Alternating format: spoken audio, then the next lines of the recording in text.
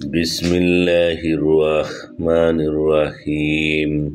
সেই চিরঞ্জীব চিরস্থায়ীর সামনে সব মুখমণ্ডল অবনমিত হবে এবং সে ব্যর্থ হবে যে জুলুমের বোঝা বহন করবে। হে ইমানদার, যে ইমানদার অবস্থায় সৎকর্ম সম্পাদন করে সে জুলুম ও ক্ষতির আশঙ্কা করে না। এমনইভাবে আমি আরবি ভাষায় কোরআন নাজিল করেছি এবং এতে নানাভাবে সতর্কবাণী ব্যক্ত করেছি, যাতে তারা আল্লাহ ভীরু হয় অথবা তাদের অন্তরে চিন্তার খোরাক যোগায়। সত্যিকার অধীশ্বর আল্লাহ মহান। আপনার প্রতি আল্লাহর ওহী সম্পন্ন হওয়ার পূর্বে আপনি কোরআন গ্রহণের ব্যাপারে তাড়াহুড়া করবেন না এবং বলুন, হে আমার পালনকর্তা, আমার জ্ঞান বৃদ্ধি করুন। আমি ইতিপূর্বে আদমকে নির্দেশ দিয়েছিলাম, অতঃপর সে ভুলে গিয়েছিল এবং আমি তার মধ্যে দৃঢ়তা পাইনি। যখন আমি ফেরেশতাদের বললাম, তোমরা আদমকে সিজদা করো, তখন ইবলিস ব্যতীত সবাই সিজদা করল, সে অমান্য করল।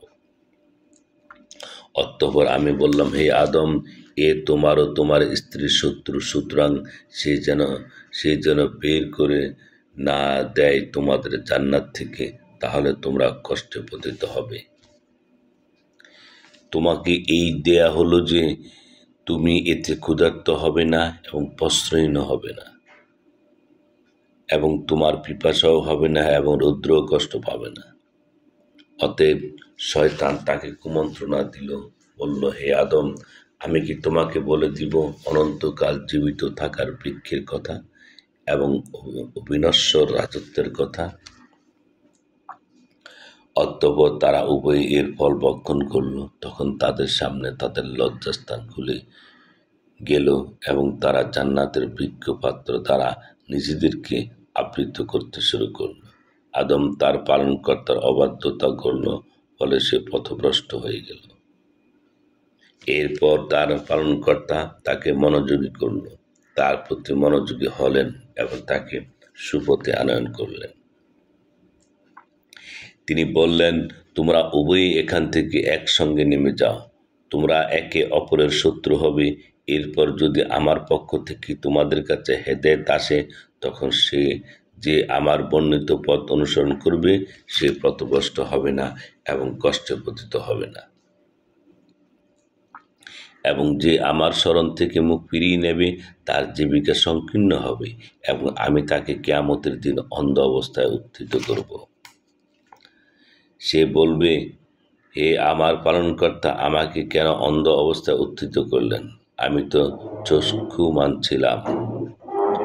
আল্লাহ বলবেন, এমনিভাবে তোমার কাছে আমার আয়াতসমূহ এসেছিল, অতঃপর তুমি সেগুলো ভুলে গিয়েছিলে, তেমনিভাবে আজ তোমাকে ভুলে যাব।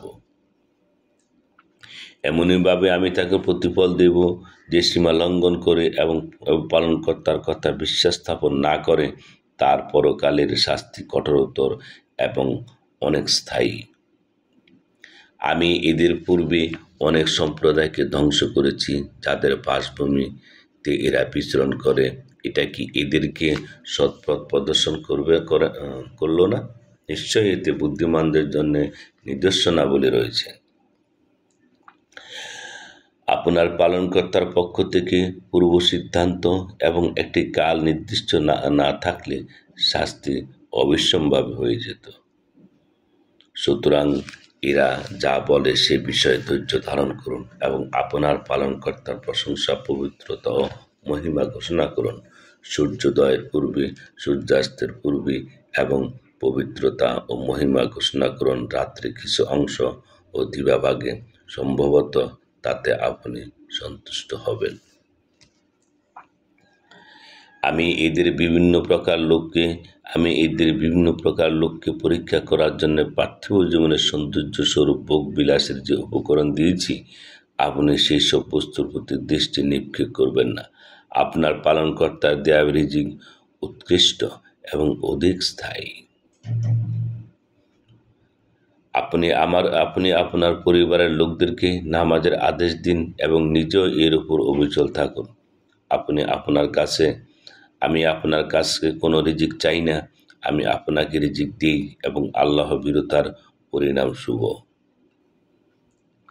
এরা বলে, সে আমাদের কাছে তার পালনকর্তার কাছ থেকে কোনো নিদর্শন আনয়ন করে না কেন? তাদের কাছে কি প্রমাণ আসেনি যা পূর্ববর্তী গ্রন্থসমূহে আছে? যদি আমি এদেরকে ইতিপূর্বে কোনো শাস্তি দ্বারা ধ্বংস করতাম, তবে এরা বলতো, হে আমাদের পালনকর্তা, আপনি আমাদের কাছে একজন রাসূল প্রেরণ করলেন না কেন? তাহলে তো আমরা অপমানিত ও হেয় হওয়ার পূর্বেই আপনার নির্দেশসমূহ মেনে চলতাম। বলুন, প্রত্যেকেই পথ পানে চেয়ে আছে, সুতরাং তোমরাও পথ পানে চেয়ে থাকো। অদূর ভবিষ্যতে তোমরা জানতে পারবে কে সরল পথের পথিক এবং কে সৎপথ প্রাপ্ত হয়।